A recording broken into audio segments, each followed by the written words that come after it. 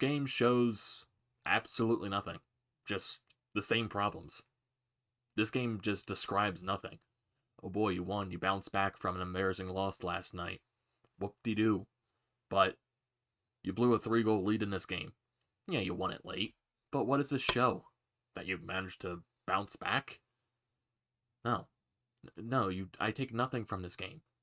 This game shows me, like I said the past so many times, this game shows me absolutely nothing. The Flyers, okay, they managed to beat the New York Islanders by a score of 4-3. And I'm going to try to keep this video more short, simple, straight to the point. I didn't watch the first 2 periods of this game. I had no energy to watch this team tonight, but okay, I saw they were up 3-0 going into the third period. I was like, okay, let's see how the third period transpires. And yeah, I regret watching it. Like I said, even though they won late in the game, you just cannot blow a 3-goal lead. You can simply cannot. And it just proves to show you that this team sucks. This team really sucks. Because you come after last night, one of your most embarrassing losses. And the podcast was basically just a summary of that entire frustration. And you come in tonight, okay, you throw last night's game in the trash. Benefit, you play the next night. You play the Islanders tonight. Okay, you get the win. But you blew the 3-goal lead. It shows nothing. It shows that there are still way too many problems. And it showcases that everyone that has been reporting on this team, fans, the media, it's simply a broken record at this point. Like, what more can you say? You go up 3-0 in the second period. Lindblom, G, and Voracek get the goals. Okay, you're up 3-0. You also had a double minor in the first period, and you didn't score on that 4-minute major, so the power play didn't help you tonight. But, and also going into this game as well, Nate Prosser got back into the lineup. Robert Haig is apparently out 2 to 4 weeks. Who would have thought that? Even though that's not that big of a loss, because Robert Haig is not that good of a player. And AV did swap the lines up a little bit. The first line still stayed the same. JVR, Coots, Farabee. Saw Lindblom connecting Drew on one line. You saw Voracek and Hayes on one line. Saw Albie Kubel back in the lineup. It's just... And yeah, some of the defensive pairings I think were different. Honestly, they might a little bit have been the same. I think Provorov was still with Braun. Myers was still with Sanheim. Prosser was in the lineup, and I think Gustafsson was in the lineup, so Ghost was still scratched. But the same mistakes continue to happen. And it's a broken record at this point. We've said this many times yesterday on the podcast. Like, what more do you have to say? How many more times can you explain every single game this year has been bad defense, too many turnovers, leaving your goaltenders out to dry, goaltender can't make the save at the right time? It's getting ridiculous at this point. And you go up 3-0 and you blew the 3-goal lead. You can't do that. You cannot do that. And regardless if it was a win or loss tonight, I wasn't going to buy into it. Okay, you bounce back from a 9-0 loss. You have to show me more to buy back into what you're trying to sell to us. You got to win the next few games. And this game tonight, even though it's a win, I don't buy it. Because you blew a 3-goal lead. Regardless of whatever opponent you're playing, when you're up 3-0 in the third period, you don't allow the other team to score 3 goals. You just don't. And majority of those goals were in quick succession of another. Del Cole get the shot that goes by Carter Hart, definitely one that he would want to save. And a lot of these goals scored by the Islanders were off the rush. And the Flyers can't defend the rush. And all 3 of them were scored against the rush. Sebastian Aho gets his first of the season. Right after the Flyers killed off a penalty. Mislap in defensive coverage. Aho gets open on the right side, walks in, puts it right by Carter Hart. Then you got Oliver Wahlstrom. The Islanders win a face-off. They get some puck movement going on, and he's wide open on the left side. And just Carter Hart had to make that save. Just didn't. Goes off with his armpit into the net. And suddenly the game is tied 3-3. When you had them in the palm of your hands. And the Flyers have had this many times this year. When they've had teams in the palm of their hands, they don't shut the door. They just let the team walk right back in. Just nothing whatsoever. Hey, welcome back to the game. You're tied in. Welcome back. We missed you. It's one of those situations, and it's happening way too many times this season. And this is why I'm not buying it. This is why no one's going to buy into this type of win. Because you blew the 3-goal lead. Yeah, Lindblom gets the last goal of the game, 2 minutes left on a one-timer from the slot. Nice pass from Konechny, set up from Drew and Myers as well. Okay, Lindblom had a 2-goal game. The captain stepped up once again. Voracek got a goal as well. I don't buy it.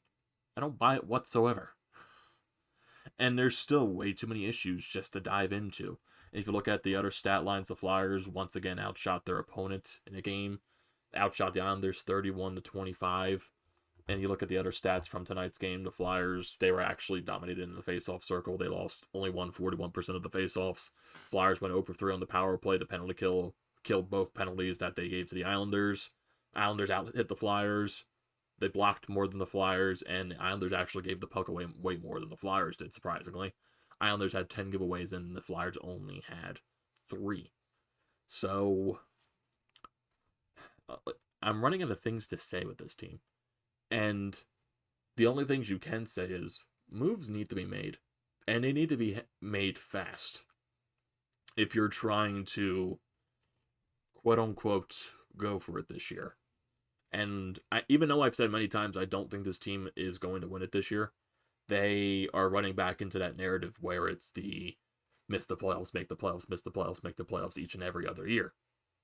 And right now we're back into that Dave Haxtell territory of Flyers hockey where they're getting themselves into a deep hole and they're going to have to find a way to climb out of it and grind till the end of the season. It's getting back into one of those feelings. And the type of players that have been on this team, like during those stretches of the Dave Haxtell era. G's been here for many coaches, and the Flyers have just failed to build teams around him, and people still want to blame him. Voracek has been around here for so many coaches. Couturier has been around here for so many coaches. Provorov, this is his second coach with Alain Vigneault. Konechny, this is his second coach with Alain Vigneault. JVR, technically, he was around here during the Laviolette times. Then he had a stint in Toronto, but then he was brought back for Dave Haxtell as well, so technically this is his third coach go around with the Flyers. And, yeah. Maybe you're going to have to sacrifice something if you want to make a trade. This is Gossespear's second coach with Alain Vigneault, too. So, there's a lot of things to think about. Even Sanheim, even Myers, those guys were around during the Dave Haxtell era as well. There were a lot of players on this team that were around the Dave Haxtell era. Maybe there's a need for a little shakeup. Make a move. We all know they're still going to try to bring in that veteran defenseman to play with Provorov. I think that's just the obvious at this point. But what other moves can be made? Do you try to maybe make that sacrifice? Do you give up a prospect to get a big player in return? Do you sacrifice one of the guys on the roster to bring in a different type of player for this team? You never know. Maybe Fletcher decides, okay, maybe we just need a different type of presence on this roster. And I'm going to sacrifice one of the main guys on our roster to go out and get that type of player. And like I said, I still think this team needs a little bit of a shakeup. Because right now, you're not winning anything with the way the team is playing. You're not winning anything right now with the way the team is built and the way they play. Because yesterday, in that embarrassing loss, they showed no heart. No effort at all. And it's been like that it's been like that for multiple seasons. There have been so many games where this team doesn't show effort, where this team shows like they don't care. Yesterday was a complete summary of that. When you go down 9-0 in the first 2 periods, you expect a little fight in the team. You expect just to go out there, take some penalties, and have a little pride in yourselves. They didn't even show that. And that's, even though physicality is one thing I don't think the team is, like, I know like some people like me, they don't have to go out and get a goon type of player. Like, no, you don't go out and get a goon type of player. Yeah, maybe you go out and get that type of guy that can bring that other type of physical presence. Maybe just get another guy that has a different type of voice in the locker room. A different type of leader. that can help this team out. There's a lot of things that Chuck Fletcher needs to do. A lot of things. And he's going to have a job in front of him. A big job to help fix this team. Because even though it's still weird to me that one loss of Matt Niskanen, even though I don't think Matt Niskanen is the only reason why this is happening. I don't. It just feels weird that a lot of this has transpired after Niskanen retired. And who knows? Maybe Niskanen was that other voice in the locker room. Who knows? Who knows? And like I said, maybe this team needs that other type of voice in the locker room. A voice that's going to say it how it is and try to rile the guys up. Because I think that's something that this team definitely needs right now. They have no guys that are going to go out there and do that. Because some of the guys, even though I'm not calling out guys like Giroux, he does other things to showcase his leadership. It's definitely nowhere in a call out on Giroux. No way at all. But maybe they go out. Like I said, go out and sacrifice a guy that is on the roster currently. And who knows, it could be a good player, maybe it could be a deaf guy. You never know. Maybe you sacrifice a draft pick, maybe you sacrifice a prospect to go out and get that type of guy. But this is not a thing where one move, you bring one guy in and it changes everything. This is a situation where you have to make multiple moves. Multiple. To help fix this team. Because it's not going to be fixed overnight. It definitely isn't. It's not going to be fixed at one trade deadline. You do your stuff at the trade deadline, and you do your things in the offseason. And it's probably going to be the way it has to be at this point. You make those couple of moves. And who knows what happens after that. Who knows if right now we're exactly at the halfway point. Exactly. I know we still have these games in hands on some of these teams. You still got to win those games in hand. And right now, I'm going to try to keep it at an even playing level. I'm not stoked on their chances of making the playoffs. And I'm also not completely sold off of their chances that they're going to miss the playoffs. I'm like right dead, like in the middle, but I'm close to falling off. But my hopes aren't high. I'm just going to keep it at an even playing level. But you have to make changes. Changes are a definite need. And it's not, to me, it's not the coaches. It's just not. I don't think Alain Vigneault has already lost the locker room after one season. I don't think that is remotely possible. It's the players at this point. You need to make a change with some of the players and bring in a different type of presence into the locker room. I think that's something that needs to be fixed. So, I think that's where I'm going to leave it off at. So, what are your guys' thoughts on this game? What are you guys' thoughts on the things that the Flyers need to do? And just your overall feeling on this entire Flyers team. I want to hear your thoughts. So don't forget to leave your comments down in the comment section below. Don't forget to drop a like on this video. Don't forget to check out the Bandit Lions, which I am a part of. Their links will be in the description below. Don't forget to check out the Flyer Podcast merchandise website. Their link will be also in the description below. You can check out the podcast that we did yesterday. And just releasing all that frustration definitely was a fun time. Definitely indeed. And don't forget to check out Flyers Nitty Gritty. That link will be in the description below. Don't forget to like, comment, and subscribe to the channel. Follow me on all my social media accounts. And I will see you next time, everyone.